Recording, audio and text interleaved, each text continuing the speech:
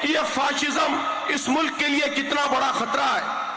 دوسرا کام وہ امت کی بہتری کا کام ہے، دین کے اعتبار سے بھی، دنیا کے اعتبار سے بھی ہم تعلیم میں آگے بڑھیں، صلاحیت میں آگے بڑھیں، اس ملک میں دینے والے بنے، کنٹریبیوٹ کرنے والے بنے۔ میں جانتا ہوں کہ یہاں کیرلا میں مسلمانوں نے یہ سارے کام کیے ہیں، تعلیم کے میدان میں، معیشت کے میدان میں آپ نے جو ڈیولپمنٹ کیا ہے، اپنے آپ کو جس طرح آگے بڑھایا ہے، ہندوستان کے سارے مسلمان آپ کی طرف امید کی نگاہ سے دیکھتے ہیں۔ اب یہی تحریک پورے نارتھ انڈیا میں چلانی ہے، پورے ملک میں چلانی ہے، امت کو اوپر اٹھانا ہے۔ امت کمزور رہے گی تو ولنریبل رہے گی، وہ آگے بڑھے گی، تعلیم میں، معیشت میں، ملک کے لیے کنٹریبیوشن میں آگے بڑھے گی، تو اس پر ظلم کرنا اتنا آسان نہیں ہوگا جتنا اس وقت ہے۔ اور آخر میں دوستو، تیسری اہم بات میں یہ بھی کہنا چاہتا ہوں کہ اس دوران جہاں بھی ظلم ہوتا ہے وہاں ظلم کے خلاف آواز بلند کرنا، ظلم کو روکنے کی کوشش کرنا، ظلم کو ریزسٹ کرنا، اس کی مزاحمت کرنا، یہ نہ صرف ہماری ضرورت ہے بلکہ ہمارا دینی فریضہ ہے۔ اللہ تعالیٰ نے قرآن مجید میں اہل ایمان کی صفت بتائی ہے کہ وَالَّذِينَ إِذَا أَصَابَهُمُ الْبَغْيُ هُمْ يَنْتَصِرُونَ، کہ یہ وہ لوگ ہیں، اہل ایمان وہ لوگ ہیں کہ جب ان پر زیادتی کی جاتی ہے تو اس کو ریزسٹ کرتے ہیں، اس کا مقابلہ کرتے ہیں۔ اس لیے یہ ہمارا دینی فریضہ ہے کہ کسی پر بھی ظلم ہو، اس ظلم کو روکنے کی ہر ممکن کوشش ہم کریں۔ صرف مسلمانوں پر نہیں، اگر کسی دلت پر ظلم ہوتا ہے، آدیواسی پر ظلم ہوتا ہے، کرسچن بھائی پر ظلم ہوتا ہے، ہندو بھائی پر ظلم ہوتا ہے، تو اس کے خلاف بھی ہم سینہ سپر ہو جائیں گے اور اس ظلم کے خاتمے کے لیے پرامن طریقے سے قانون کے حدود میں رہتے ہوئے ہر ممکن کوشش کریں گے۔ تو محترم دوستو، اس ریلی کا یہی پیغام ہے کہ یہ میسیج لے کر آپ زیادہ سے زیادہ لوگوں کے دلوں کے دروازوں پر دستک دیجئے، ملک کی عوام کو بیدار کیجئے، ان کے ضمیر کو بیدار کیجئے۔ میں پھر ایک بار اس عظیم الشان ریلی کے لیے آپ کو مبارکباد دیتا ہوں اور امید کرتا ہوں کہ یہ ریلی اس ملک میں بیداری کی ایک نئی لہر کا انشاءاللہ نقطۂ آغاز ثابت ہوگی۔ آمین۔